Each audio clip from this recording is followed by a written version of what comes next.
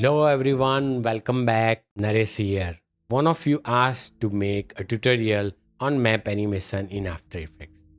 There are different techniques and tools which can be used to create map animation in After Effects. It all depends upon your requirement. This is the third tutorial in line of map animation using After Effects. Today we are going to convert KML root data into a shapefile using Adobe Illustrator. Then we will import that shapefile into After Effects. Then we are going to animate it. And we will create a wonderful map animation just like this.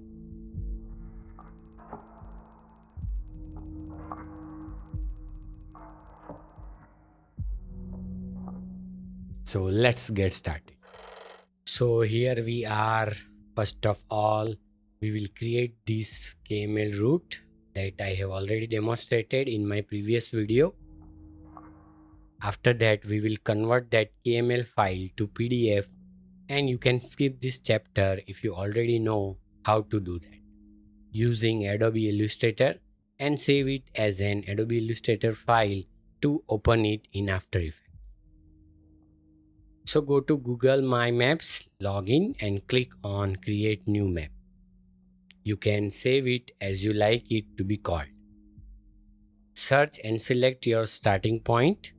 Click on this row align option from here and choose to add a driving route. Now you can start drawing a line, zoom out and select your final point. Alright, so this is the KML route I have created. You can rename these layers and these 2 points too. Now we will download this KML data from here. Select KML data, check the second option and click download. So this file will be downloaded. Alright, we also need a map file, so we will take a screenshot of this map with KML root on and then off. But let us first change the map theme from here. You can also download high quality map images from Google Earth Pro, as I demonstrated in my previous video. Now click on this preview so it will open the map. Dismiss. Collapse this map legend and print the screen. Again go back to this map, switch off the KML layer and again go to preview mode and take the print screen. We will use the previous screenshot as a guide to set our shape layer in After Effects. As we cannot import the KML file to After Effects, we have to convert it to a vector using Adobe Illustrator. For that, we have to convert the KML file to PDF. So go to this site. I have given the link in the description and upload your KML file. Click on this convert and select PDF from the available option. Then click on convert now and download the file. So this is the PDF file. Open it with Adobe Illustrator. Alright, we don't need these shapes. We need only this layer. Select it, go to the option and collect it in a new layer. Now drag it and drop it here. Switch off the other layers and save this file as .ai or Adobe Illustrator file in your project folder. Let's go to After Effects and import our assets there. Add these two map screenshots and this Illustrator file as a composition. Choose layer size. Create a new composition of 1920 by 1080 and of 30 frame rate, and 10 seconds will be more than enough. Rename it as a map. Create another composition of same size and rename it as a main. Open the map composition and add these two images. Our main image is on the above and the one with the root is below. And we will hide the main image for the time being.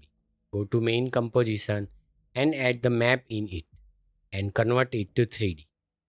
If this option is not visible, click on toggle switches mode here. Now we will give this map a more paper-like look and some roughness to it. So select this map layer in the project and duplicate it. Let us call it glass, as we are gonna use it for the glass effect on our map. Now select map composition, search for CC glass effect and apply it. Change softness to 0.3, height to 3 and displacement to 35. Now open the glass composition and add this folded paper or crumpled paper. Add an invert effect on it. You can add a curve effect and play with the dark and white. Go to main composition, add this glass composition and convert it to 3D. Switch it off and then go to CC glass effect and select bump map to glass. We add some smoothness by adding fast box blur to our texture in glass composition. Change the blur amount to 0.5 and now it looks good. Go to map and now it's time to add our Adobe Illustrator file having root. Now right click, convert it to a shape layer and rename it as a root. You can delete the Adobe Illustrator file. Convert all the layers to 3D. Change the stroke color to light blue and stroke size to 10. Change to 2 views and adjust the layer position. By just playing with the Z axis, you can exactly place this root as per the screenshot. Alright, so it is perfectly positioned. Okay, now we can switch off this guide layer and switch on the main map. Move your playhead to 12 frames or so and add trim paths to this shape layer. Go to trim paths, add a keyframe to end, change its value to 0. Move your playhead to somewhere around the 7 seconds and change it back to 100. Another thing you can do is to go to stroke and click dash. Also click a second time so it will also add a gap parameter. Now play the value of it to get the look however you want. Make line cap to round cap. Go to taper and change the starter length to 100. It will give our path a nice tapering effect. And whether you want to keep it or not, it's up to you. So this is how our line is animating. Now let us add drop shadow and increase the distance and amount of blur. Let's make it 15.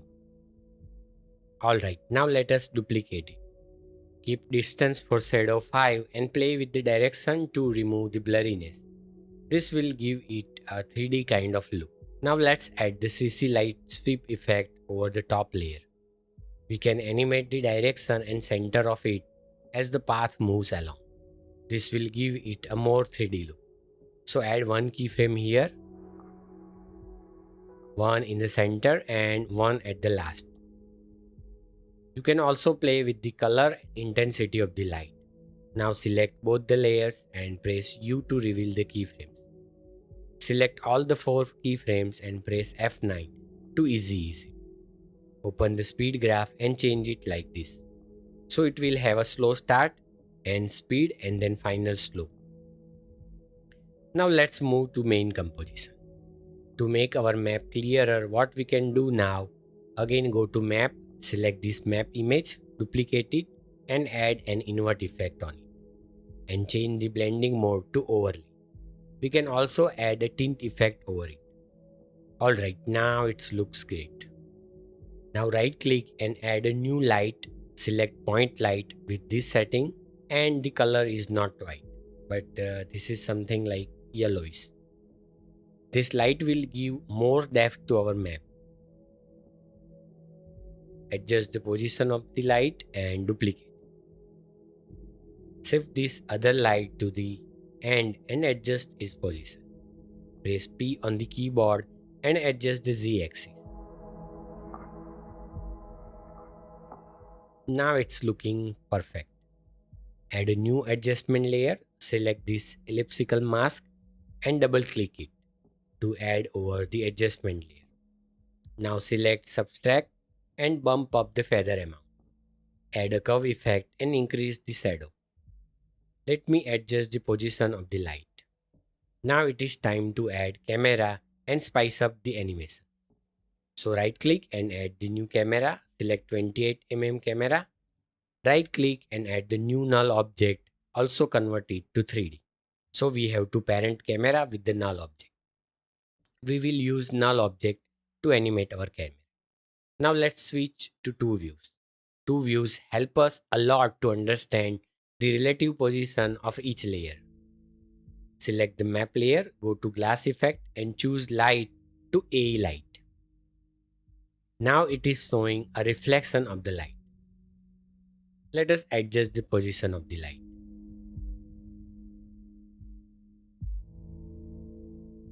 Now select both the layers and switch to two views. Grab it by its Z-axis and move it backward. Also scale it to fit the screen. We have parented the camera with the null object and we will use the null object to animate the map. So select null and press R on the keyboard. Also hold shift and press P to see all the properties including position.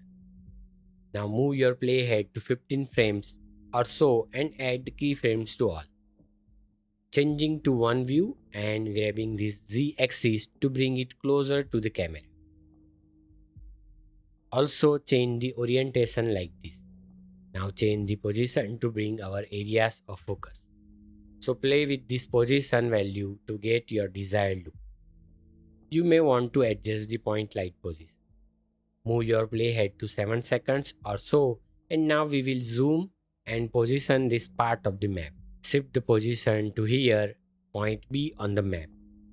Now change the orientation. We can have some rotation like this.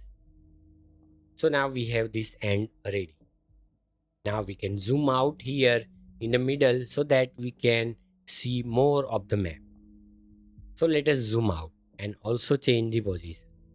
Select all the keyframes and press F9 for easy ease.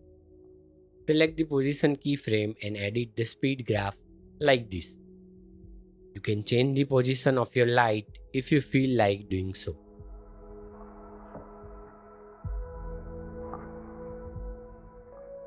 Now let's add a keyframe to the aperture and focus distance and play with it. We are here at the start and now I am increasing the aperture value. So our area of interest becomes blurry. Moving to 15 frames and changing back to normal between these two keyframes. Let's also adjust the focus distance. So this is the focus. We will set it here on our layer.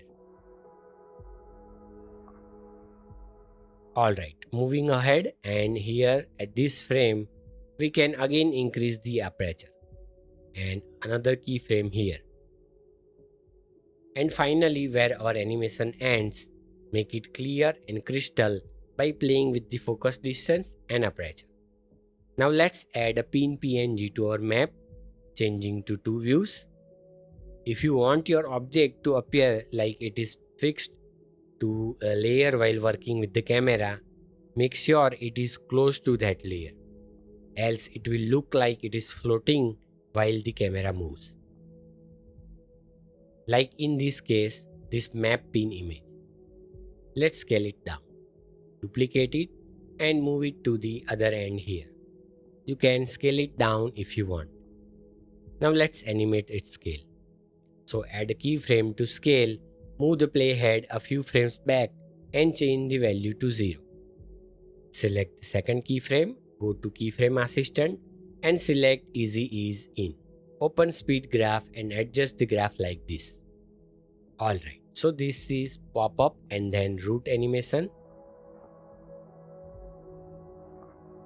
Repeat the same for the second image as well. One final thing I want to do here is to add text and then animate it. So let's add text and convert it to 3D. Switch to two views and bring it close to the map by grabbing it using the Z-axis. You can rotate it using the X-axis just like this. Adjust the scale and position. Now add glitch decoder from the effects and presets. Now some final adjustment.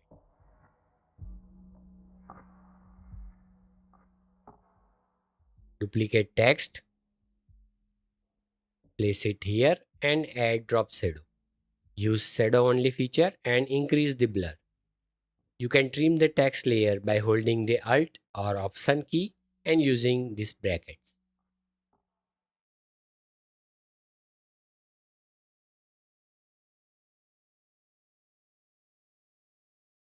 Thank you guys for watching this tutorial. Please like, subscribe and comment if you have anything in mind. And see you in the next one. Bye bye.